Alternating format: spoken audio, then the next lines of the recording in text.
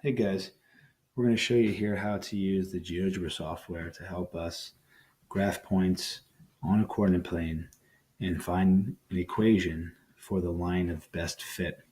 So here you see on your guided notes in lesson 5.7 day 1 that in problem 2 we want to write an equation of a trend line with this data and then use that software to create an equation and then approximate the weight of a 7-month-old panda. So you can use the GeoGebra graphing calculator or the GeoGebra Classic version to do this.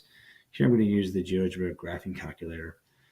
So when I click in that, it's going to take me to a new window, and I pre-populated this window right here to help us with the video.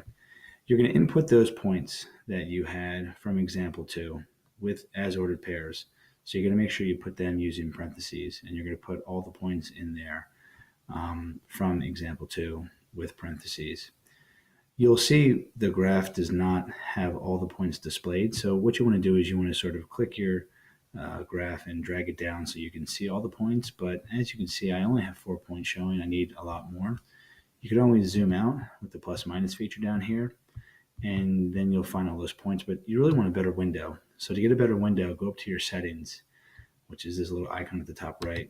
Click on the settings, and then you're going to change the X and the Y axes. So by default, the X minimum and X maximum are very large. So you want to make them a little bit smaller. We're going to make this X minimum -1. And we're going to make the X maximum here, because my data doesn't go past the number 20.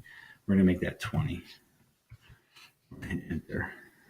Better window looking right there. We're going to do the same for the y-axis though. We're going to make it a little bit smaller, so we'll make it -1, and the maximum, let's make it around 70, just so we have a nice window to look at. So now that my window is a little bit better, I'm going to close that out, and I can click and drag here as well and see that I'm in the first quadrant here with all the data points, which look linear but are not linear. So what I want to do now is I want to try to draw a line here, a line of best fit for this data, pick 2 points, use those 2 points to find slope, and then with those 2 points find also the y-intercept, and then create an equation for this line. So just by looking at my mouse here, if I draw a line, it looks like the intercept's going to definitely be below 0 a little bit, but let's go ahead and verify that. So to verify it, over here, you'll see that there's another function you can click. If I click on this function, it brings up all these tools for GeoGebra.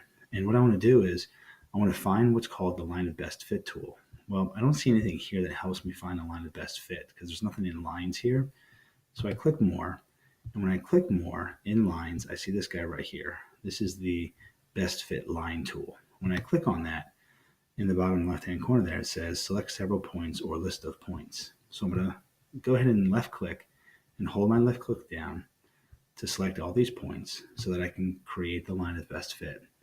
Now I have a line of best fit here that I can use to model data. And from this line, I can pick 2 points, I can find slope, I can find my y-intercept, and I can create an equation either in point slope form or slope intercept form, and then see what that line would be. When I click back here on my graphing calculator, that equation is actually modeled for me already. So this is in slope intercept form, and it's approximately y equals 5x minus 3. So hopefully with your work that you've created on your paper with the slope and finding the y-intercept, you got an equation that's close to y equals 5x minus 3. Hope this helps.